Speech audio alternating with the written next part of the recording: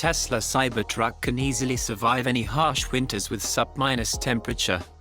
Everything on Cybertruck works during heavy snow. The heated windshield wiper can easily melt away the snow. When snow and ice accumulate on your vehicle, moving parts, such as the doors, windows, mirrors, and the wiper can freeze in place.